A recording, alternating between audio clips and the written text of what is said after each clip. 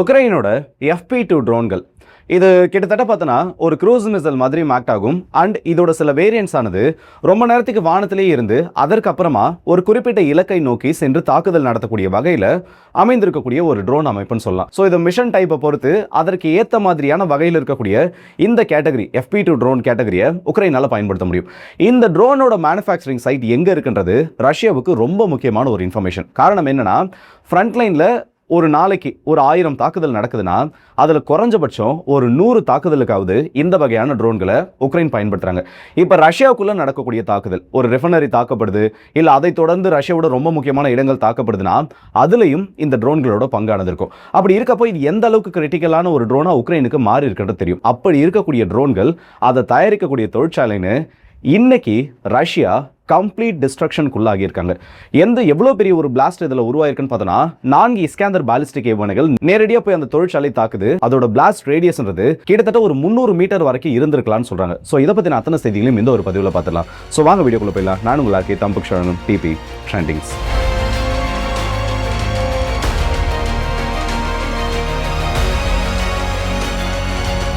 இந்த சம்பவம் கரெக்டா அதிகாலை நேரத்தில் நடந்திருக்கு.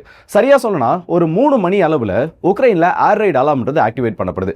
ஏர் ரைட் அலாம் கொடுக்கப்பட்டப்போ எப்பயுமே சென்ட்ரல் கியூ, ஏன்னா அந்த இடத்துல அட்மினிஸ்ட்ரேஷன் ஆஃபீஸஸ் அதிகம், அதாவது அரசு துறை சம்பந்தப்பட்ட ஃபெசிலிட்டிஸ் அதிகம், அந்த அலுவலகங்கள் அதிகம். அண்ட் அதே மாதிரி உக்ரைனோட சில முக்கியமான டிஃபென்ஸ் காம்ப்ளெக்ஸும் அந்த இடத்துல இருந்துட்டு இருக்கு. இதற்கு நல்ல ஒரு எக்ஸாம்பிள் பார்த்தோன்னா அந்த விசார் ஃபெசிலிட்டியில் நடந்த ஒரு பெரிய ஒரு ஸ்ட்ரைக் எந்த அளவுக்கு அது பொதுமக்கள் வசிக்கக்கூடிய பகுதியில் இருந்தது, அதுவும் சென்ட்ரல் கியூவுக்கு பக்கத்தில் இருந்ததுன்னு தெரியும். அப்போ ஏர் ரைட் அலாம் கொடுக்கப்படுறப்போ முதல்ல அந்த பகுதிகளுக்கு ஏர் டிஃபென்ஸ் சிஸ்டம் வச்சு ஒரு பாதுகாப்பு கவசத்தை உருவாக்குவாங்க. ஆனால் இந்த முறை ரஷ்யா என்ன பண்ணிட்டாங்கன்னா 2 வகையில் இந்த தாக்குதலை நடத்திருக்காங்க. ஒன்று முழுக்க ட்ரோன்களை மட்டுமே பயன்படுத்தி சென்ட்ரல் கியூவை தாக்கியிருக்காங்க. அதே நேரத்தில் இந்த ட்ரோன்களோட ஷேடோவில் 4 இஸ்காந்தர் பாலிஸ்டிக் ஏவுகணைகள் மொத்தமாக 5 வீசப்பட்டிருக்கு. ஆனால் அதில் ஒன்று பார்த்தோன்னா டம்மியான ஒரு இஸ்காந்தர், கிட்டத்தட்ட ஒரு இந்த ஏர் டிஃபென்ஸ் சிஸ்டமோட ஆக்டிவிட்டியை செக் பண்ணுறதுக்கு முதல்ல அந்த ஏவுகணை வீசப்பட்டதுக்கு அப்புறமா அடுத்தது 4 ஏவுகணைகளை வீசிருக்காங்க. ஒரே நேரத்தில் ஒரு 30க்கும் அதிகமான ட்ரோன்கள் சென்ட்ரல் கியூவை தாக்குறப்போ அதற்கு அப்படியே அருகில் இருக்கக்கூடிய போரிஸ்பில் ஏரியாவை இந்த மிசைல்ஸ் தாக்குது. ஸோ உக்ரைன் ஆரம்பத்தில் எப்படி இந்த இடத்துல ஏமாற்றப்பட்டுட்டாங்கன்னா, சென்ட்ரல் கியூவை நோக்கி தான் இந்த ஏவுகணைகள் வரப்போகுதுன்னு நினைச்சிட்டு இருந்தப்போ அதை விட்டு அந்த பகுதியை நோக்கி ட்ரோன்கள் அனுப்பிட்டு மிசைல்ஸ் அப்படியே அருகில் இருக்கக்கூடிய பகுதிகளுக்கு அனுப்பியிருக்காங்க. சரி, ஓகே, இந்த மிசைல்ஸ் வந்துச்சு. உக்ரைன் கிட்ட இப்போ பேட்ரியட் இன்டர்செப்டர்ஸ் கிடையாது. ஸோ 4 ஏவுகணைகளும் கீழே அந்த தொழிற்சாலையில் விழுந்து வெடிக்குது. ஆனால் பொதுவாக ஒரு இடத்துல தாக்குதல் நடக்கிறப்போ, இல்லை ஒரு தொழிற்சாலையானது இந்த மாதிரி மிசைல்ஸோட ஸ்ட்ரைக்கு உள்ளாகிறப்போ அதில் செகண்டரி எக்ஸ்ப்ளோஷன் ஏற்படும். காரணம் அந்த இடத்துல ஆயுதங்கள் இருந்துட்டு இருக்கு.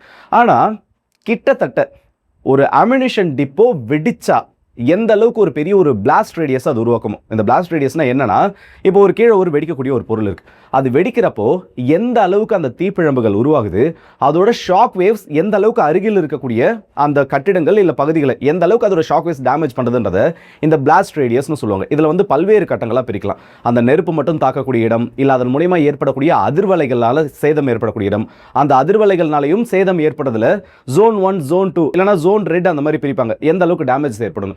இந்த மாதிரி ஜோன் ரெட் வரைக்கும் பிரிக்கப்பட்டிருக்கக்கூடிய பகுதிகள் மட்டுமே 300 மீட்டர் வரைக்கும் இருக்கலான்றது இந்த ஸ்ட்ரைக் நடந்ததுக்கு அப்புறமா உக்ரைன்ல இருந்து வந்திருக்கக்கூடிய டேட்டாவா இருக்கு. 300 மீட்டர்னா சாதாரணமான ஒன்று கிடையாது. இந்த காம்ப்ளெக்ஸ் இருக்கக்கூடிய பகுதி பார்த்தோன்னா ரொம்ப சின்ன ஒரு இடம். ஏன்னா இதுக்கு முன்னாடி இந்த பகுதியில் கமர்ஷியலாக யூஸ் பண்ணதாகவும் உக்ரைன்ல ரெக்கார்ட்ஸ் இருக்கு. அப்படி இருக்கப்போ இந்த பகுதியில் ஏற்பட்டிருக்கக்கூடிய அந்த பிளாஸ்ட் ரேடியஸ் மட்டுமே இவ்வளோ பெருசாக உருவாயிருக்குன்னா ரொம்ப அதிகப்படியான ஆயுதங்கள் அந்த இடத்துல வைக்கப்பட்டிருக்கிறதுக்கான வாய்ப்பு இருக்கு. அண்ட் இதை கம்பேரிசனுக்காக சொல்றேன், விசார் ஃபெசிலிட்டியில் நடந்த ஒரு தாக்குதலில் கூட இவ்வளோ பெரிய ஒரு பிளாஸ்ட் ரேடியஸ் ஏற்படல. அது தொடர்ந்து செகண்டரி எக்ஸ்ப்ளோஷன்ஸ் ஏற்பட்டிருந்தது. தொடர்ந்து ஆயுதங்கள் வெடிச்சதுனால தான் அது மிகப்பெரிய ஒரு சேதாரத்தை உருவாக்குச்சு. ஆனா சிங்கிள் எக்ஸ்ப்ளோஷன் சிங்கிள் ஸ்ட்ரைக்ல நடந்து ஒரே டைம்ல 4 மிசைல்ஸ் வச்சு நடக்கிறப்போ இது ரொம்ப பெரிய எக்ஸ்ப்ளோஷனா உருவாயிருக்கு. ஸோ இந்த எக்ஸ்ப்ளோஷன் இது நடந்திருக்கக்கூடிய விதத்தை பார்க்குறப்போ குறைஞ்சபட்சம் 1000 கணக்கில் இருந்து அதிகபட்சமா லட்சக்கணக்கான ட்ரோன்கள் வரைக்கும் அந்த இடத்துல அசம்பிள் பண்ணப்பட்டிருக்கலாம். அப்படி இல்லையா அட்லீஸ்ட் அதற்கு தேவையான வெடிப்பொருட்களாவது அந்த ட்ரோன்களில் அசம்பிள் பண்ணுறதுக்காக அந்த இடத்துல ஸ்டோர் பண்ணி வச்சிருக்கலாம்ன்றது இன்னைக்கு ரஷ்யாவோட ஊடகங்களில் செய்தியாக வந்திருக்கு. ஸோ ரொம்ப மேசிவான ஒரு டார்கெட்டை, ரொம்ப முக்கியமான ஒரு டார்கெட்டை ரஷ்யா இந்த இடத்துல நியூட்ரலைஸ் பண்ணியிருக்காங்க. இதற்கு நடுவில் உக்ரைனில் இப்போ பெரிய பிரச்சனை என்ன நடக்க ஆரம்பிச்சிருக்குன்னா, ஃபோர்ஸ்டு மொபிலைசேஷன். சில நாட்களுக்கு முன்னாடி ஒரு வீடியோ உக்ரைன்லேருந்து வந்தது. சரி, ஓகே, நான் அது ஏதாச்சும் ஒரு வீடியோவில் தனியாக பேசலான்ற மாதிரி பார்த்தேன். இல்லை, இதோட பேசுறது கரெக்டாக இருக்கும்னு நினைக்கிறேன். ஒரு வெளிநாட்டை சார்ந்த ஒரு டிவி நிறுவனம் அந்த இடத்துல கியூவில் நின்று அவங்களோட செய்திகளை வாசிச்சுட்டு இருக்காங்க. அந்த இடத்துல ரிப்போர்ட்டர் நின்று பேசிட்டு இருக்காரு. பின்னாடி லைவ் கேமரா ஓடிட்டு இருக்கு. திடீர்னு பார்த்தோன்னா ஒரு நபர் அந்த இடத்துல இருந்து பிடிச்சி தரன்னு இழுத்துட்டு போகிறாங்க. என்னடா ஏதுன்னு இதுன்னு அவங்க விசாரிக்கிறப்போ இதெல்லாம் வந்து வெளியிட்டது ரஷ்யா கிடையாது, அந்த செய்தி ஊடகங்களே வெளியில் வந்திருக்கு. அதை பார்க்குறப்போ வந்து ரெக்ரூட்டர்ஸ், டிசிசின்னு சொல்லுவாங்க, உக்ரைனோட மிலிட்டரி ரெக்ரூட்மெண்ட் யூனிட்டோட ஒரு பகுதி. அது பொதுமக்களை ராணுவத்துக்காக அனுப்புறது, அவங்கள ஆட்களை பிடிக்கிறது. ஒன்றா சொன்னால் ஆட்களை பிடிச்சி ராணுவத்துக்கு அனுப்புறது, அந்த ஒரு ரெக்ரூட்மெண்ட் யூனிட் அது. சரி, இப்போ அவங்க பிடிச்சதுக்கு அப்புறமா இந்த மாதிரி எந்த அளவுக்கு நடந்திருக்குன்னு சொல்லி ஒரு முக்கியமான ஒரு பொதுமக்கள் கிட்ட கருத்துக்கள் கேட்பாங்கல்ல, அந்த மாதிரி கேட்க ஆரம்பிக்கிறாங்க.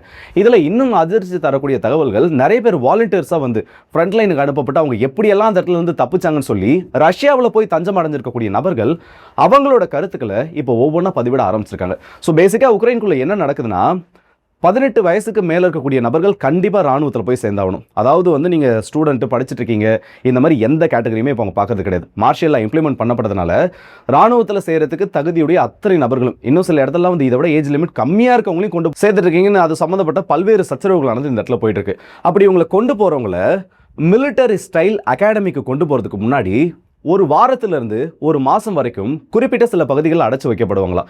இப்படி அடைச்சி வைக்கப்படுறப்போ அவங்களுக்குள்ள ஏற்படக்கூடிய மென்டல் ப்ரெஷர், அந்த இல்லை ஒரே இடத்துல வந்து ஜெயிலில் போட்டு வைக்கிற மாதிரி இவங்களை வந்து தனிமைப்படுத்துகிறப்போ அவங்க ஒரு குறிப்பிட்ட கட்டத்துக்கு மேலே சைக்காலஜிக்கலாக டார்ச்சர் பண்ணப்பட்டு, அதற்கப்புறம் நீங்கள் இவ்வளோ நாள் வந்து ஃப்ரண்ட் லைனில் சண்டை போட்டால் போதும், அதுக்கப்புறம் வந்து நாங்களே உங்களை விடுவிச்சிடறோம்னு சொல்லி அதை ஒரு ஆப்ஷனாக கொடுத்து, இந்த டார்ச்சர்லாம் உனக்கு இருக்கக்கூடாதுன்னா நீ இத்தனை நாள் போய் ஃப்ரண்ட் லைனில் நிற்கணும், அப்படி நின்னேன்னா அதுக்கப்புறம் நான் உங்களை திரும்ப ராணுவத்துக்கு கூப்பிட மாட்டேன்னு ஒரு ஆஃபராக கொடுத்து உக்ரைன் ஃப்ரண்ட் லைனுக்கு அனுப்பப்பட்டிருக்கிறதா இப்போ செய்திகள் நடந்து வந்திருக்கு. ஆக்சுவலாக இது ரொம்பவே ஒரு தவறான விஷயம். இது வந்து ரஷ்யாக்குள்ளே நடக்குதா என்னன்றது இப்போ வரைக்கும் தெரியல.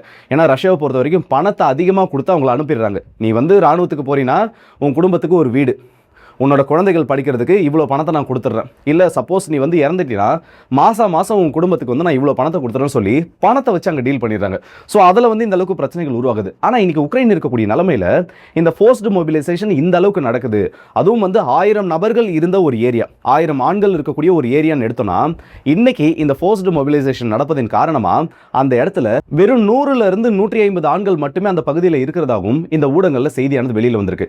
இது உக்ரைனுக்கு ரொம்ப பெரிய ஒரு பேக் ஃபயர் ஆகக்கூடிய ஒரு விஷயம். காரணம் என்னன்னா, இன்னும் உக்ரைன்ல ரஷ்ய எதிர்ப்பாளர்கள் இருந்துட்டு இருக்காங்க. அதாவது உக்ரைனை பயன்படுத்திட்டு ரஷ்யா சோவியத் காலத்திலிருந்தே அவங்களை தனியாக விட்டுட்டு தான் அவங்களோட ஆதங்கள் இருந்துட்டு இருக்கு. அந்த ஒரு காரணத்துக்காக தான் ரஷ்ய எதிர்ப்புன்னு சொல்லக்கூடிய அந்த உக்ரைனோட கொள்கையில் இன்னும் அரசுக்கு ஆதரவாக இருந்துட்டு இருக்காங்க.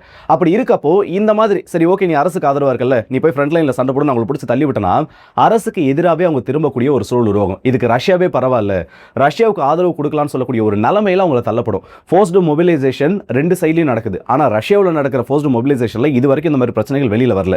அண்ட் அவங்க அந்த டீடைல்ஸும் கொடுக்க போறதில்ல. நம்ம அங்க நடக்கக்கூடிய அனௌன்ஸ்மெண்ட் இன்னும் சில நண்பர்கள் வந்து ரஷ்யாவில் இருக்காங்க, அவங்க சொல்றதெல்லாம் பார்த்தா கூட நிறைய பேர் போய் அவங்களை அப்ரோச் பண்றாங்க. நீங்க இந்த மாதிரி ராணுவத்துக்கு போனீங்கன்னா உங்களுக்கு இவ்வளவு கிடைக்கும், ஸோ பணத்தை வச்சு அங்க டீல் பண்ணிட்டு இருக்காங்க. இதெல்லாம் வந்து டே டு டே ரஷ்யாவில் நடந்துட்டு இருக்கு. ஆனா உக்ரைன்ல அந்த மாதிரி ஒரு ப்ராசஸ் கிடையாது. அதுதான் இந்த இடத்துல பிரச்சனையாகவும் மாறுது. இது சம்பந்தப்பட்ட ஏகப்பட்ட விஷுவல்ஸ் வந்திருக்கு. ஒரு கட்டத்துக்கு மேல என்னன்னா வெப்பன்ஸை யூஸ் பண்ண ஆரம்பிக்கிறாங்க. இந்த மிலிட்டரி ரெக்ரூட்டர்ஸ் வராங்கன்னா, அந்த ஆட்கள் எடுக்கக்கூடியவங்க வராங்கன்னா, அவங்களுக்கு எதிராக நீ என் வீட்டுக்குள்ள வந்தீங்கன்னா உன்னை நான் என்ன பண்றேன்னா பாருன்னு சொல்லி அந்த துப்பாக்கி எடுத்து சுடக்கூடிய சம்பவங்களும் பெருசாக நடந்துட்டு இருக்கு. ஸோ இது உக்ரைனுக்கு உள்ள இருந்தே ஒரு பிரச்சனையை கொடுக்கும். நீங்க வந்து ஃப்ரண்ட் லைனை சமாளிச்சிடலாம், இல்லை ரஷ்யா வந்து நீங்க எப்படி அடிக்கணும் அதெல்லாம் பிளான் பண்ணிடலாம். ஆனால் நாட்டுக்குள்ள ஏற்படக்கூடிய பிரச்சனை ரஷ்யா உக்ரைன் யுத்தம் ஏற்படுத்தக்கூடிய விளைவுகளை விட ரொம்ப கம்மியான டைம்ல பெரிய ஒரு விளைவை ஏற்படுத்திடும். ஸோ ஜெலன்ஸ்கி அவர்கள் இது சம்பந்தப்பட்ட என்ன முடிவுகள் எடுக்க போறாரு, அவங்களுக்கு வேற வழியில சண்டை போட்டு தான் ஆகணும். அப்படி இருக்கின்றப்போ இந்த மாதிரி ஒரு சினாரியோ அவங்க உருவாக்குனாங்கன்னா அது உக்ரைனுக்கு கண்டிப்பா நன்மை தரக்கூடிய ஒன்றும் கிடையாது. ஸோ இதை பத்தி உங்களோட கருத்துக்கள் என்ன சொல்லி மறக்காம கமெண்ட் செக்ஷன் சொல்லுங்க. அந்த அடுத்த வீடியோ சந்திப்போம். அது இந்த விடுகிறது உங்கள் ஆர்கே.